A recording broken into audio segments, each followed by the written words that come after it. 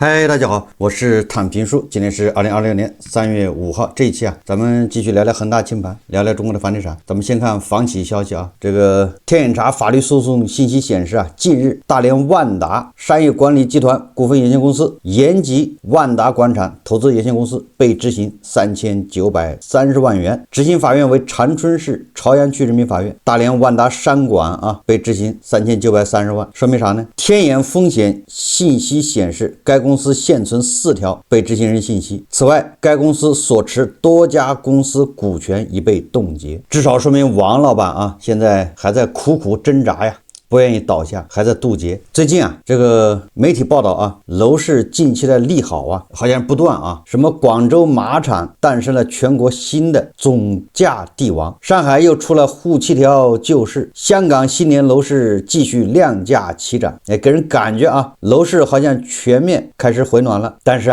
这些恐怕都是表面现象也就是起到一个宣传作用。实际上呢，经不起仔细推敲。虽然近期好消息不断，但是这些消息之间都是互相割裂的，也就是之间没有什么必然联系。没有必然联系就说明它不是什么系统性的环境变好了。说来说去无非就是按下葫芦起了瓢，利好之间不能互相传导。你比如说说到上海的沪7条，表面上看是进一步松绑限购政策，但是上海目前还没有全面取消限购，而且目前可以继续松绑限购的城市，全国说来说去也只有北京、上海、深圳，还有一小部分，对吧？福田、南山。我在以前节目说过现在这个形势下，如果北京、上海全面放开限购，说不定会导致楼市加速下行，因为一点念想都没了，对吧？留给这些炒房客这个悬念，那个救命稻草都没了。那一旦全面放开限购，发现并没有引起普涨，只是个别区域涨了一点，或者涨得比较多，其他地方还是一样，那炒房客的梦想，对吧？炒房客的那个叫什么白马王子，是吧？白衣骑士没了，有可能导致失望，导致加速抛盘，赶紧跑吧。所以说你这就万一全面放开，说不定还起这么个作用。你比如说吧，广州作为一线城市，早就放开了全面放开限购，那广州的房价涨了吗？所以说上海这次利好政策其他城市想效仿也无能为力，所以才出现过去1年多时间多地在刺激楼市这个问题上无计可施的境地。其次就是广州的马场帝王项目，这个有多大意义呢？只对广州或者广州那一小块地方那个附近有一定的意义。因为那个马场帝王项目如果搞得越好的话，周边对吧能带动一下，人气旺一点，就这点影响为什么呢？因为去年这个时候上海、杭州、成都那也是帝王频出，大家回忆一下，是不是一天换一个帝王，对吧？天天每一次拍卖都创破纪录，有用吗？没啥用处每年开年总有地方要炒帝王，无非就是想吸引一下人气，对吧？要不然这个市场太沉闷，让人感觉好像还有人愿意来买地，对吧？不惜加这么多钱。说来说去，这些地块不是说不值钱这些地块本来就是核心区域、核心地块，它本来也就是对吧？它一出事就要赚钱，就是高价，没办法。那核心地块它本身就是稀缺资源嘛，高一点正常。但是和你郊区的这些房子，和你韭菜要买的地、要买的房子有毛关系对吧？稀缺资源为什么叫稀缺因为少对吧？只有那么1-2块才称得上稀缺如果满大街都是这种地、这种房子，它就不叫稀缺。所以这些稀缺的地块，对吧？所谓的帝王没有什么指针意义没有什么特别的意义，它只能是在房价上涨的时候起到一个叫什么添油加醋、火上浇油的这么一个作用。关于香港楼市现在复苏，有很多媒体从去年下半年对吧？我记得在10月份左右就开始说香港楼市稳住了，我们也说一直关注。但是香港楼市稳不稳先不说，就香港的楼市能不能持续也不说，就说香港和咱们内地是一码事吗？不要说这个其他的城市了，你就是北上广深跟上海跟那个香港也不一样对吧？香港你是好歹是面向全球的，然后香港对吧？那个它货币它是自由流动的，然后香港它吸内地的叫对吧人才。说实话这个不要说跟内地的什么2、3线城市比，就是跟北上广深比，它也是不一样的。所以说香港楼市啊，它就是稳住了，那也顶多能说啊，给这个内地啊一线城市创造了一个好的环境，能不能带动啊北京、上海或者是什么楼市的这个回暖甚至上涨，那个要打一个大大的问号啊，这不是一码事。所以说啊，香港的楼市它有它的走势，它有它的一个独立性，对吧？它并不必然跟内地一样。另外一个啊，香港楼市的复苏能不能持续，对吧？也要打个问号。所以说最近啊，总体来说，近期关于楼市的诸多利好报道更倾向于是个案，而不是什么趋势。至于楼市回暖的趋势的确立，仍需要更多利好政策出台，也就是看你救市力度啊，说白了救市力度越大，对吧？也只是说延缓的下滑。实际上这个国文年以后啊，这个关于中国楼市的这个报道啊，分歧是比较大的。很多媒体说啊，小阳春回暖、带看、成交什么都在增长，但实际上有很多媒体啊，通过2月份的数据，通过这个成交，通过库存，实际上指出楼市现在反而有更大的一个风险。中国楼市的困境持续下行，与系统性风险加剧。也就是说，我们不能被这个很多媒体啊、中介在那儿唱多，一说这个沪七条，一说什么，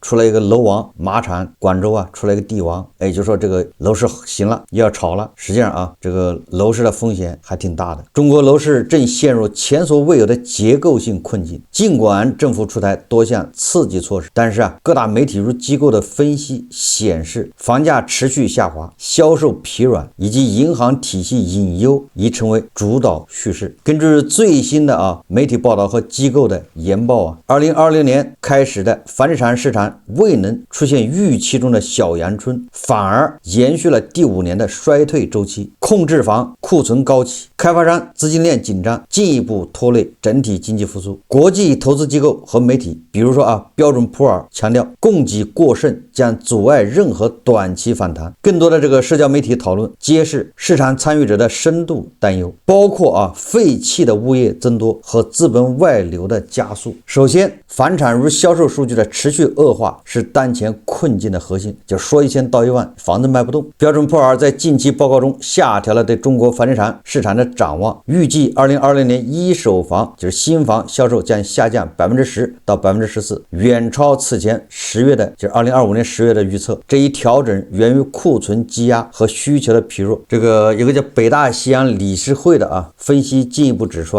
他说房地产行业僵尸企业占比最高，房价自2021年以来已蒸发85%的涨幅，导致居民财富效应锐减。这个僵尸企业咱们一直在说的吧，房企就是咱们的观点就是赶紧市场化、法治化，也就是出清，也就是破产重整、破产清算，早解决早受益你这么拖着不是个事。毕竟有很多房地产企业破产重整已经成功了，现在轻装上阵，虽然它对吧不一定能赚钱，但是它现在已经轻装上阵嘛。约8000万套控制或未售公寓正加剧债务负担，银行被迫展期不良贷款，而非计提损失。这就是我经常说到，就是银行它本来这个应该计提损失的，那银行的报表就不好看了，坏账率就上升了。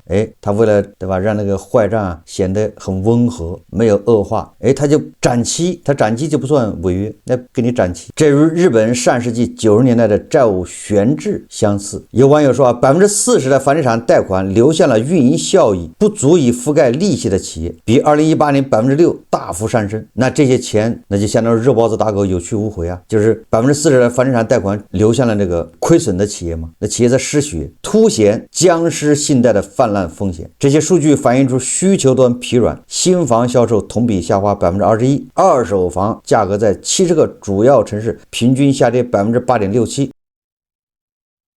这个是中指研究院的数字北京等一线城市二手房同比暴跌8.5%。这个国际货币基金组织报告认为，这种价格自由落体不仅源于疫情后遗症还根植于高杠杆模式的终结。政府已公开承认，传统房地产模式已经走到尽头，转向可负担住房和稳定价格的新范式。但是很多炒房的人他就不死心，对吧？他还要回到传统的房地产模式，还要暴涨。其次，结构性因素放大了楼市的系统性风险。说内卷化和房地产过度投资源于相同的结构性问题。中央政府设定 GDP 增长目标的同时，又试图遏制过度投资，导致地方政府的跑步竞争难以根除。这个咱们在节目也介绍过，对吧？你地方政府它都背着 KPI都要 GDP 要涨也要解决就业啊，也要解决税收啊，所以那就玩命的投啊，玩命投，那么产能又过剩吗？也不是过度投资吗？也要去产能，也要防内卷，所以这个左右手互搏。国际货币基金组织分析显示啊，自上世纪90年代初房价上涨10倍后，中国楼市已从周期性波动转向结构性调整，类似于爱尔兰和西班牙的危机，但规模会更大。有媒体报道啊，中国房地产泡沫破灭后，废弃项目遍布各地，象征着开发商破产和买家信心崩盘。彭博社数据显示，12月房价环比下滑 0.37%， 二手房跌幅创15个月新高，呼吁更多救市行动的声音日益高涨。总体而言啊，中国楼市的困境已从单纯的市场调整演变为影响金融稳定和经济增长的系统性危机，短期刺激难以掩盖结构性顽疾，需要更深层次的改革才能重塑信心。中国楼市的困境啊，实际上正好这个两会期间啊，房地产也成为一个热门话题。各个委员代表对房地产也是建言建策。你比如说啊，这个全国人大代表姚劲波他就建议啊，他说新购房房贷利息专项扣除。2020年全国两会期间，全国人大代表58同城董事长兼 CEO 姚劲波聚焦房地产市场与民生减负，提交关于激活改善性住房需求的建议。姚劲波建议啊，将新购住房类贷款利息纳入个税专项扣除，覆盖商贷与公积金贷款，每月定额扣除3000元，最长20年，精准降低购房成本，激发改善性需求，助力房地产市场平稳健康发展。这怎么说呢？这想法是好的啊，但是我们现在叫房住不炒。如果他买8套房你得给他对吧扣除，或者叫什么房贷利息什么对吧补贴，这个合理吗？对吧？我觉得还得分情况。对吧？我是提倡啊，给那个1套房的，就是他没有房，人家要结婚，人家要生孩子，人家到了30岁了，等不及了，对吧？他买了1套房，我觉得这种啊，应该给入一个补贴，对吧？就是利息上面的，这没毛病啊，对吧？或者说改善型的吧，对吧？你本来是70平的，你现在生2胎了，要个120平的，改善型的也可以补，对吧？但是对那些炒房的，完全没必要补了。炒房的他赚钱，对吧？自己是巴菲特，自己眼光高，现在还在炒呢，不能鼓励炒房。你看这有个代表啊，就建议购房送消费券，存量房贷贴息。中国经济报记者获悉啊，全国政协委员、湘江集团董事长今年带来关于稳定房地产市场、提振消费信心提案。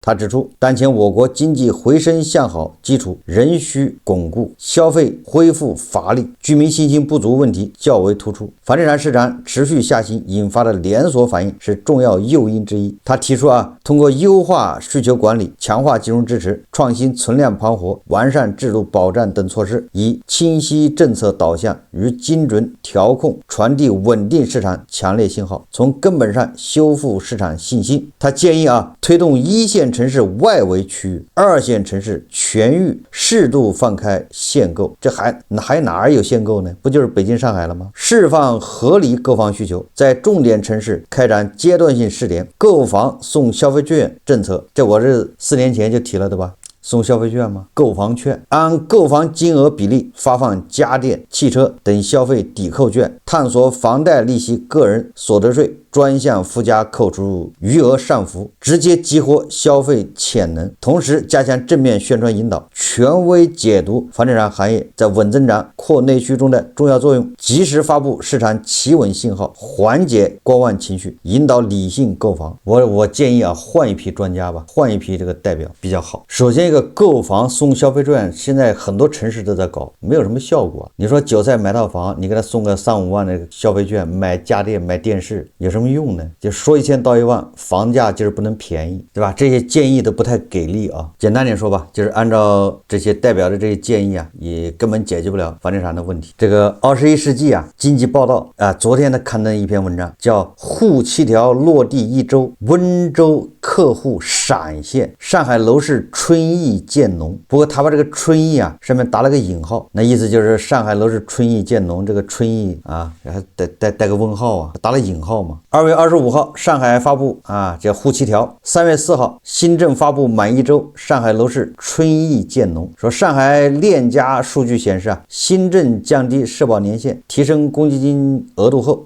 潜在客户被激活，新房线上咨询量上升106%。3月1日，作为新政后的首个周末，与1月周末相比，新房线上咨询量上涨80%。总体来看，新政精准切割了需求枷锁，提升市场信心。另一个第三方平台数据也印证了这一趋势。58安居客平台显示，新政落地首周，用户主动咨询量环比增长98%，流电转化效率环比上升180%。市场升温不仅体现在数据上，更直接的反映在售楼处的人潮涌动中。一个标志性事件是温州客户重现楼市。2月27日，新政落地第二天，多个社交平台便流传温州豪车团驶入上海新盘售楼处照片与视频，浙 C 牌照车辆扎堆豪宅售楼处的画面。浙 C 应该是温州的吧？让温州炒房团重现沪上的消息迅速发酵，也勾起了市场对多年前温州资本横扫上海楼市的记忆。对此，相关房企相关负责人对21世纪经济报道记者证实，该现象是项目上联动